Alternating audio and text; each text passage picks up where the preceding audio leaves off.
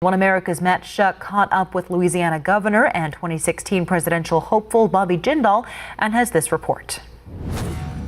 Governor Jindal, there's a group of Americans that typically don't show up for the midterms but show up for the presidential elections. We call them low information voters.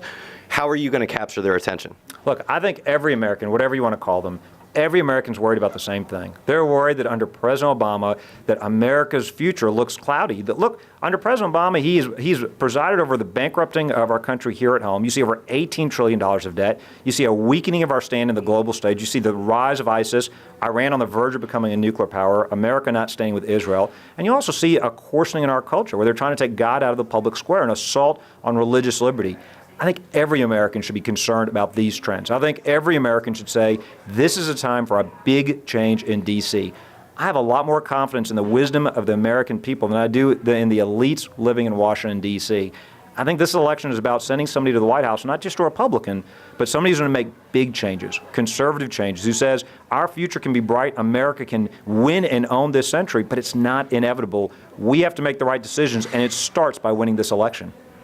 No, speaking with Barack Obama and Hillary Clinton, most recently we had a tragedy in Charleston. I think the country needs faith more than anything right now to get them through it.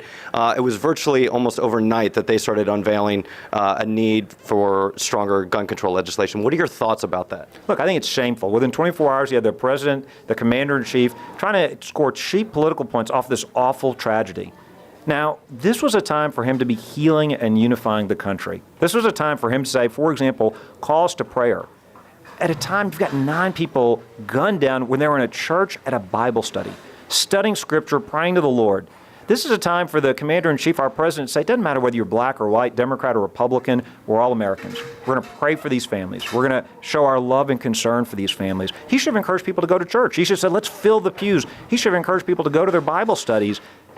As a father, as a husband, I struggle. How do you explain to your kids about bad things happening to good people? How do you explain to your kids about how this happened in a church at a Bible study? Now, our faith, our Christian faith does teach us there's evil in the world, and this was evil. That's exactly what it was. I was very disappointed. I think it was shameful to try to score cheap political points. If they want to have the debate next week, fine. And I'm likely to disagree with them. I know I disagree with this president on gun control. I believe in the Second Amendment. I believe in freedom. I believe in actually following the Constitution. This president doesn't. But now wasn't the time. It was very disappointing. I wish I could say it was a surprise. For 7 years, he's tried to divide us. It was very disappointing. This was a horrific tragedy. Instead, I wish the president called us to prayer, called us to heal. If you want to contrast, look how great Nikki Haley, look how great the governor of South Carolina handled this situation. That was true leadership.